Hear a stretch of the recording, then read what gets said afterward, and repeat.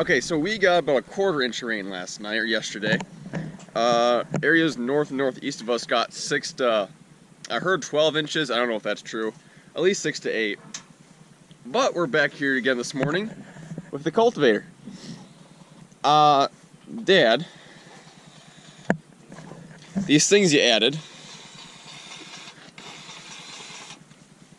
what are they supposed to do again? The idea is as you go up, dirt comes flying off these shovels. Yep. And covers, you get big clumps that tend to cover the corn. Okay. This is supposed to break the clods out and spread them low on the roots rather than having big clods hit it up high and knock it over. Sweet. So I don't know, I maybe got them a little low, I don't know. But we need to weld the nuts on the backside because you need a wrench and it's a pain to adjust them. Oh, okay. But I don't have time to do that today. Yep. Okay. The neighbor's dog decided to join us. There is a impact and hammer in the toolbox. Okay, got it. All right, well, we got all of our bad shovels replaced with these nice big new ones. Now we're gonna go cultivate some organic corn. Turn.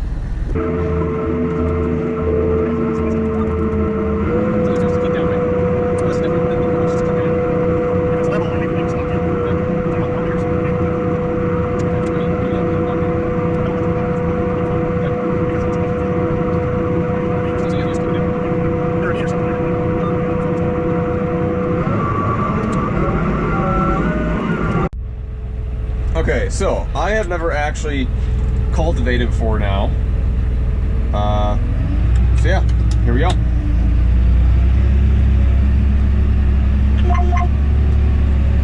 The one thing about this cultivator is it's really heavy, and even though we have all this weight up in the front, when you turn around the end rows, the back end still pops in the air, so it's like you're driving around doing a wheelie. But it actually almost makes it easier to turn around with the tracks, oddly enough. So, taking down the least amount of corn possible. Find my row. There it is. Turn auto steer on. Okay, stop plenty early. So that way the cultivator is in the ground before it gets in the rows. I don't know if you could probably see it or not, but the second I lowered it, the whole tractor just went down like that. Okay. I'm in 6th gear right now. Steering's on. Let's go.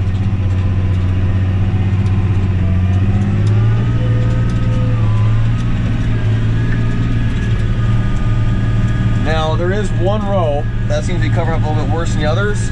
But we'd rather get rid of the weeds and cover up a little bit of corn at the moment, because especially in organic, once the weeds get ahead of you, it's so hard to regain control. So keep ahead of them while you can, I guess. So we have some replanted corn, and then we have some corn that is original. The replanted corn's a lot harder because we need to be going fast to throw enough dirt to cover the weeds. But yet the corn's small enough that we could cover the corn. So it's a lot more difficult than the smaller corn. In fact, I just covered up some corn right there. But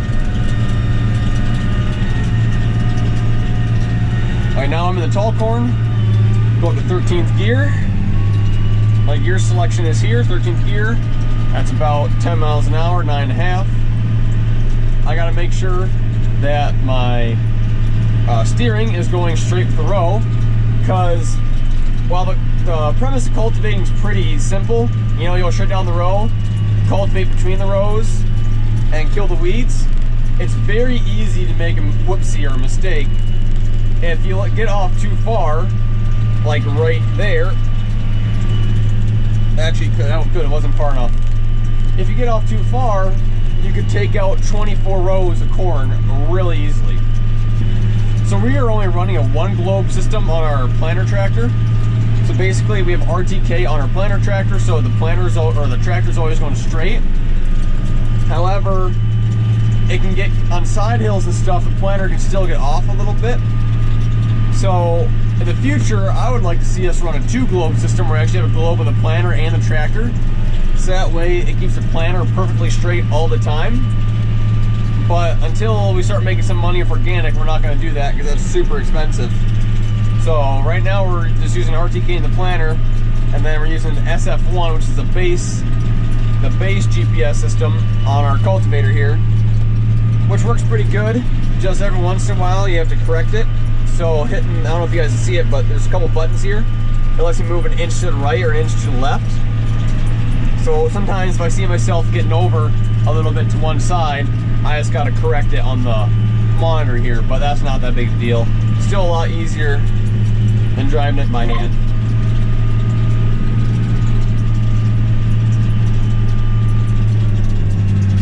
So down a little bit, stop. That was a pretty good stop if you ask me. 3-point up. Now I'm gonna hold still. Hopefully you can see the front of the tractor raise up like we're doing a wheelie. Okay, shift it down, there we go.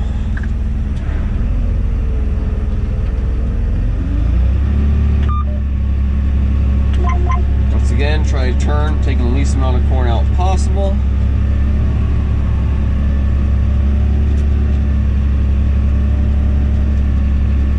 Now for those of you who don't know, the reason we have a 60-foot cultivator, or we made a, for those of you who don't know, the reason we made a 60-foot cultivator and went through all the work and struggle and testing is because we have a 60-foot planter and we want to have the least amount of compaction possible, because especially in our area, compaction is a really big issue.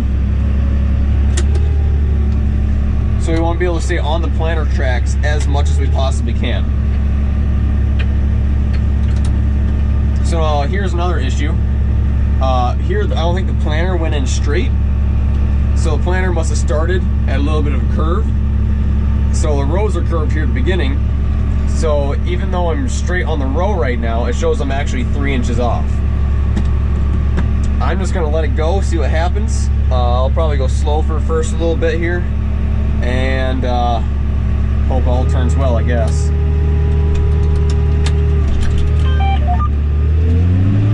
Nope, okay, I'm steering it.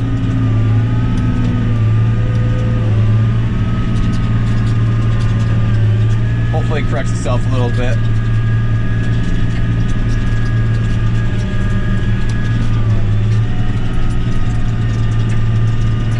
I'm just gonna center it. There we go. Steering on.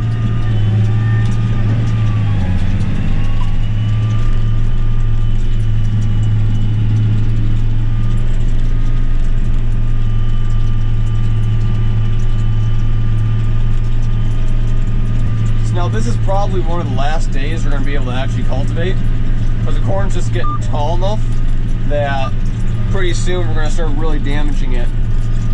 You can see, especially up here with these rock boxes, how low the rock boxes are and sitting in the corn.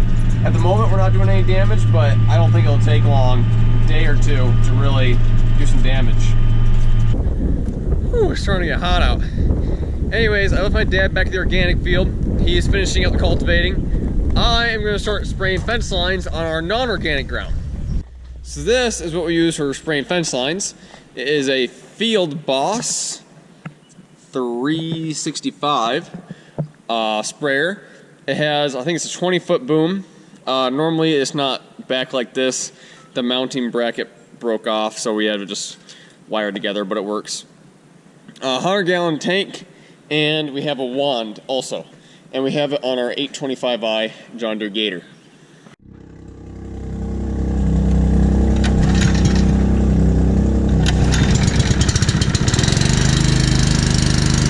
So when I say fence line spraying, this is what I mean. So here's our field, it's nice and clean.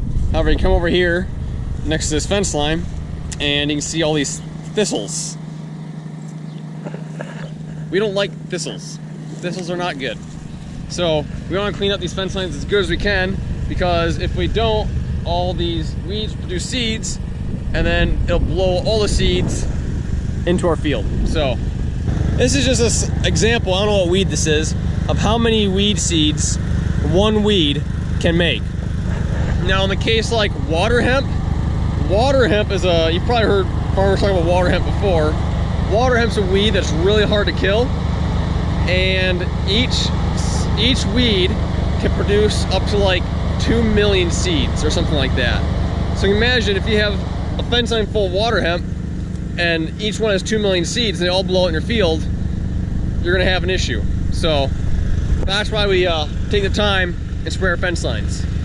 Probably be a good time to tell you guys, I absolutely love reading comments and answering questions. So, have any comments or questions at all, leave them down below.